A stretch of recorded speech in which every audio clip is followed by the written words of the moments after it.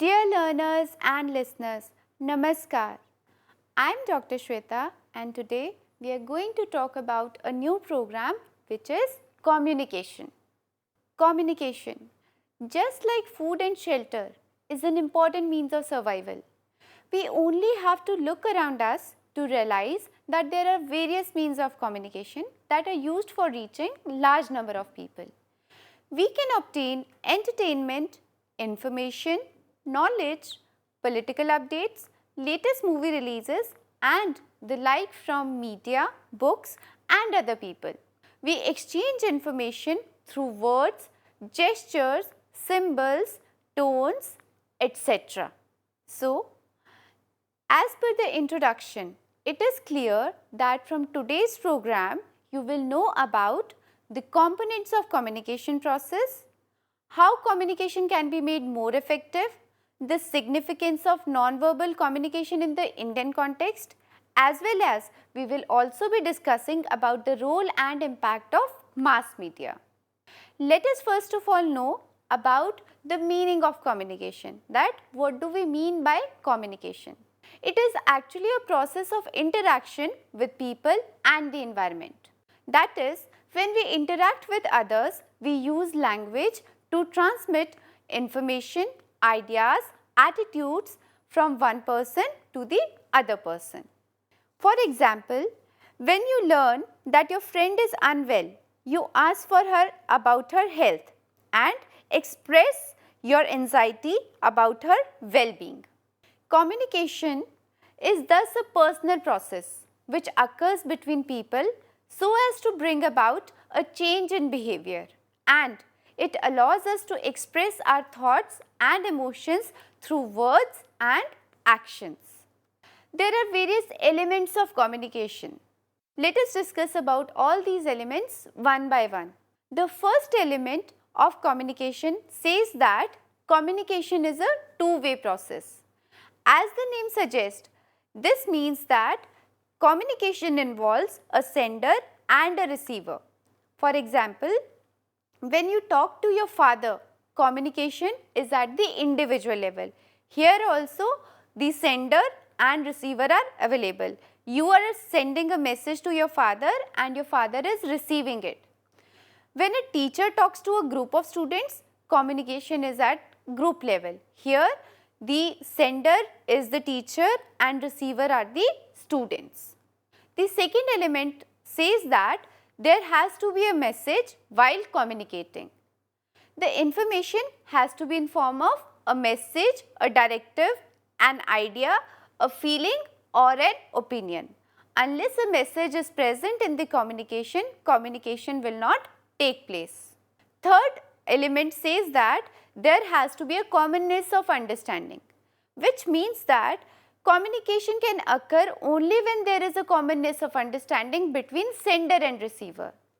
The basis of commonness can be culture, language and environment.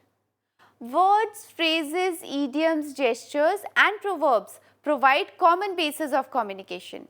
Communication also serves the purpose to modify the behavior of other persons. The information transmitted to the receiver brings forth a response in the form of some change in his or her behavior.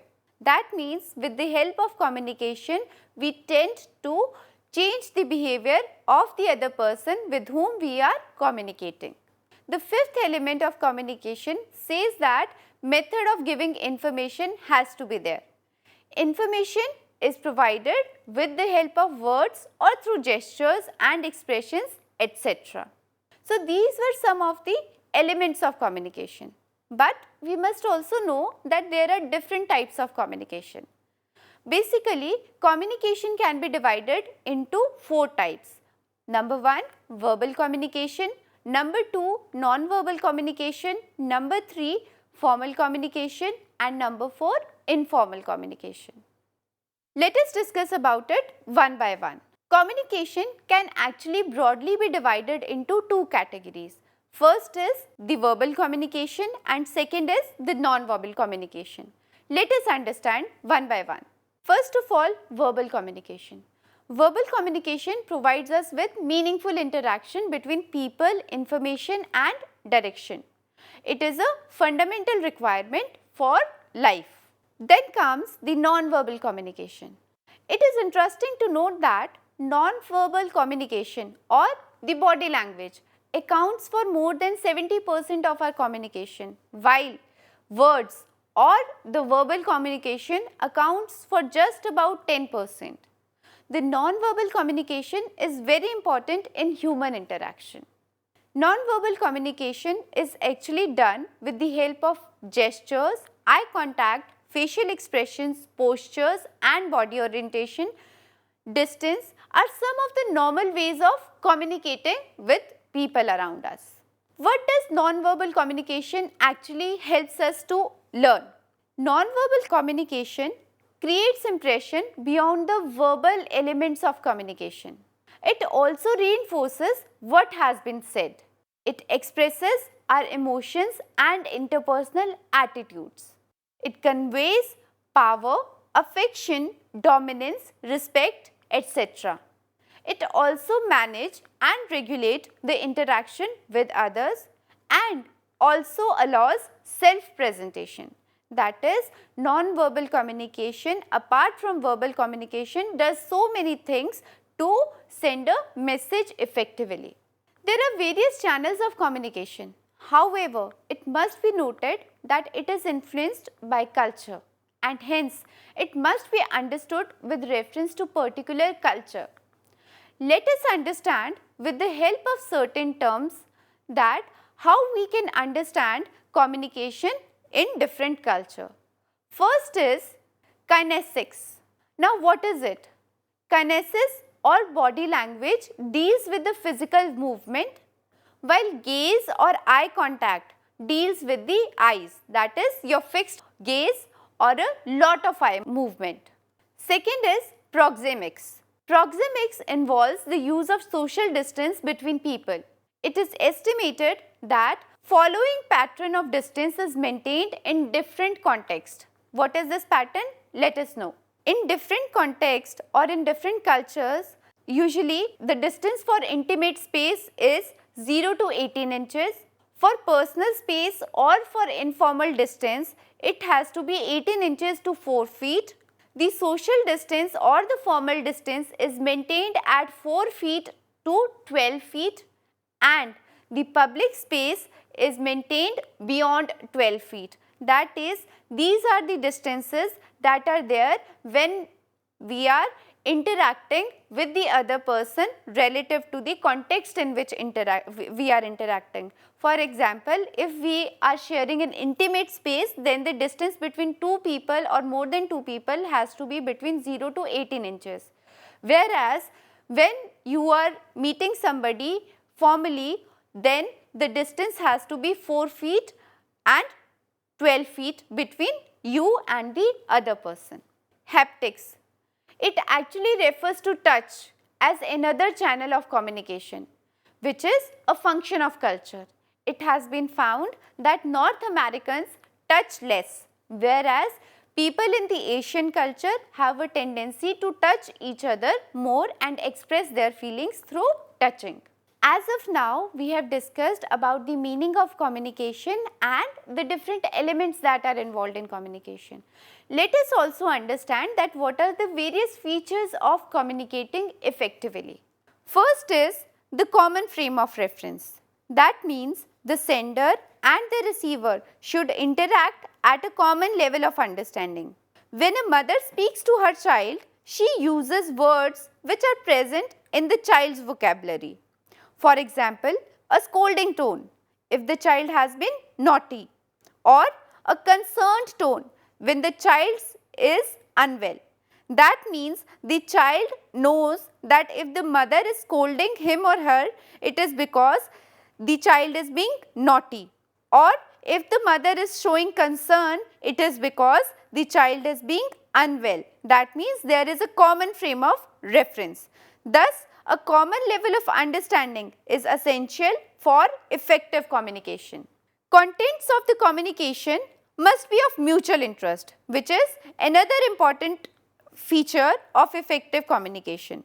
For a farmer, how the stock market operates is of no interest, as his concern is about the quality of seeds and the manure or the effect of climate changes on the crops. The another important feature of effective communication is common language. That means when we are interacting with the other person, the language has to be common. It is the strongest means of verbal communication. A common language ensures effective communication because it ensures minimum misunderstanding of words, phrases, idioms and proverbs. Another important feature of effective communication is common environment. That is, people who come from these similar backgrounds understand the message without much problem. Thus, nationality, economic status, culture, social interest, age group and professions are some of the examples where we can say that when people are interacting in such common environment, the communication is going to be effective. Now let us understand the non-verbal communication in the Indian context. It is important to understand the nature of non-verbal communication of any culture, particularly as it is used in everyday life. Some non-verbal cues are common to all cultures and they send the same message. Non-verbal communication gives us information about our relationship with others with regard to liking, status, age, gender and it is appropriate for conveying our emotions also. In the Indian context, there are distinct ways of communicating with the other person non-verbally. Let us understand that how the non-verbal communication happens in the Indian context. First is the body language and movement or kinesis. So, in the Indian setting, couples are not expected to show affectionate or intimate gestures towards each other, particularly if they are in a public place or in the presence of the family. Holding of hands of one's husband is frowned upon. That means frowning is a non-verbal communication that is communicating that holding hands of one's husband in front of other people is not liked in the Indian society. Then handshakes are actually common, but more so between men or between women. Handshakes between a man and a woman are generally avoided in the Indian context. Indians have high power distance index, which indicates that cultural factors such as hierarchy, authority and age play a definitive role in communications. Indians actually value their personal space. Usually 1.5 to 2 meters is the norm. Yet, there is little physical distance with family and close friends. Public affection, holding hands, hugging among his family and close friends is quite common. Let us come up to the last topic of discussion, which is role and impact of media. Media. It is a technological means of sending information, ideas and opinions to a large audience. We live in a society where information and communication help us to progress ahead in various fields of life like work, healthcare, entertainment, education, travel and personal relationships. Children and teenagers are heavily influenced by media information regarding fashion, ideal body type, ideal image of beauty, urban lifestyles, etc. But media has certain positive as well as negative influences also. Let us discuss first of all about the positive influences of media. It plays an important role. It both educates and enriches our lives. Media provides us educational information and also helps us in improving academic performance. It collects and distributes information and news which can be religious, political, social, entertainment and environment to the general public. Media can be used for helping a beneficial cause such as promoting literacy or providing information about the benefits of medical progress. It also transmits social and cultural values. It plays a significant role in informing the public about the government policies and latest programs etc. to the general public. It helps to mobilize people and bring about social integration. Mass media contact has been possible with the use of newspaper, radio, television, news channels and the internet. But there are certain negative influences of media also. Let us discuss that what can be the negative influences of media. It can be misused by spreading wrong information and news, often leading to violence, prejudice and hatred among communities. It can play a role in spreading rumors and propaganda. So, it must be realized that media serves an important function in the society. Therefore, it must fulfill certain responsibilities and obligations. It must contain and maintain ethical standards whereby it provides objective, balanced and accurate information to the masses and avoid inciting masses towards crime, violence, etc. Community building and national integration must be one of the main objectives of media, and media should reflect the pluralistic nature of India and provide a voice to all the members of the nation. So dear learners, this was all about today's program, in which we could understand the meaning of communication as well as the features, the different types of communication and the role of mass media. Before I end up, let us summarize that what we have done in the today's program. Today, we discussed that communication is a process of interaction with people and the environment, and it is a two-way process where a receiver and a sender has to be there.